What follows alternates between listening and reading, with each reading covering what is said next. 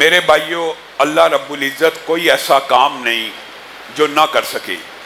اجیب دعوت الداعی اذا دعان، یہاں پر اللہ رب العزت نے اپنے قریب ہونے کا جو تعلق بتایا وہ دعا کے ساتھ بتلایا۔ ویسے ایک جگہ پہ قرآن پاک میں ایسا بھی ہے کہ وَنَحْنُ أَقْرَبُ إِلَيْهِ مِنْ حَبْلِ الْوَرِيدِ، ہم آپ کی شہرگ حیات سے بھی زیادہ قریب ہیں، لیکن وہاں پہ عمل نہیں بتلایا۔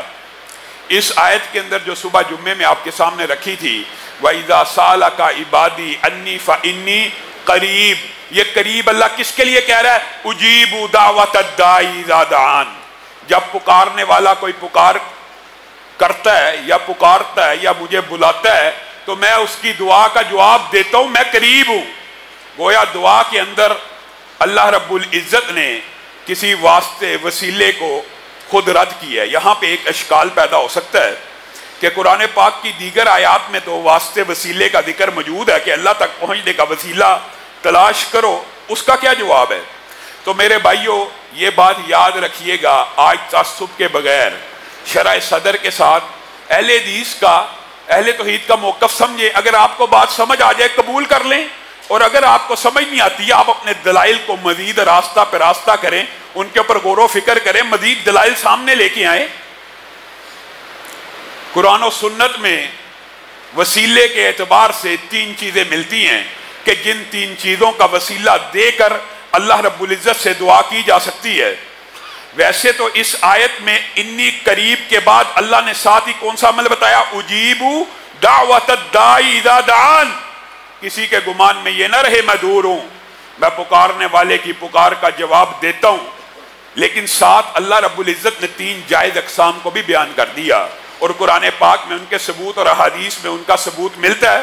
اگر کوئی چوتھی قسم حدیث سے ثابت ہے، ہمارے سر آنکھوں پر ہم نے یا ہمیں تو کئی اہل حدیث جاتا ہے، اگر حدیث آ جائے اور اس کے آگے ہم عقل دوڑائیں یہ ممکن نہیں ہے۔ حدیث ہوگی ہم سر تسلیم ہم کر دیں گے۔ نبی کریم صلی اللہ علیہ وسلم اور احادیث اور قرآن و سنت کی روشنی میں یہ بات سمجھ آتی ہے۔ اللہ رب العزت کلام حمید میں خود ارشاد فرماتے ہیں وَلِلَّهِ الْأَسْمَاءُ الْحُسْنَى فَادْعُوهُ بِهَا، اللہ قریب تو ہے لیکن اللہ کے بہت سے خوبصورت نام ہیں، ان کے ذریعے اللہ کو پکارا جا سکتا ہے۔ یہ کون کہہ رہا ہے؟ اللہ کہہ رہا ہے، یعنی اللہ کی صفات کا واسطہ اللہ کو دیا جائے، اس کے اندر وسیلے میں کوئی شرک نہیں ہے، یہ اللہ ہی کی ذات۔ اللہ تو رزاق ہے، رزق کو نازل کر، اللہ تو رحمان ہے، رحمتوں کا نزول فرما، اللہ تو جبار ہے، اس ظالم کی گرفت کر، اللہ تو قہار ہے، وہ جس نے میرے اوپر ظلم کیا اس کو پکڑ لے۔ یہ اللہ کی صفات ہیں، اللہ کو اللہ کی صفات کا واسطہ دے کے دعا کرنا، اس میں کسی بھی قسم کی کوئی قباحت کی بات نہیں ہے۔ نمبر ایک بات۔ نمبر دو بات یہ ہے کہ ذات کے وسیلے کے حوالے سے ہمارے ہاں اختلاف ہے، صرف ذات کے وسیلے کے اوپر اختلاف ہے، اور کسی نیک ولی کی دعا کے بارے میں بھی اختلاف موجود نہیں ہے، اس کی بھی میں وضاحت کروں گا۔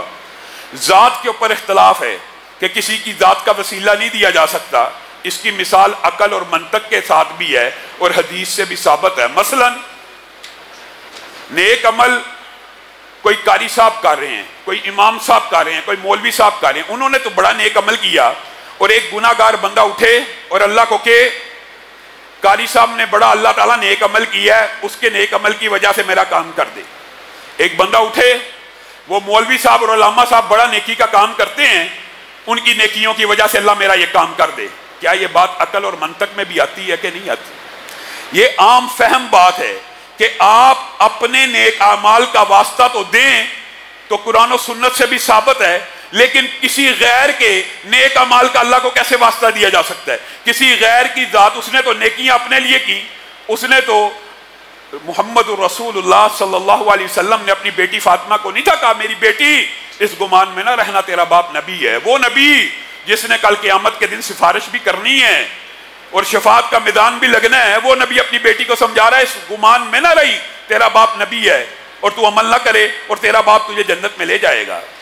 نبی کا چچا ابو لہب جنت میں چلے جائیں گے ذات کے وسیلے کی وجہ سے۔ عمل میں کروں، عمل حاجی صاحب کرے، عمل قاری یاسین صاحب کریں، عمل قاری امجد صاحب کریں، اور ایک بندہ اٹھے قاری امجد صاحب نے 8 تراویحیں پڑھائی ہیں، اللہ تعالیٰ اس کی وجہ سے مجھے معاف کر دے، یہ کیا لاجک؟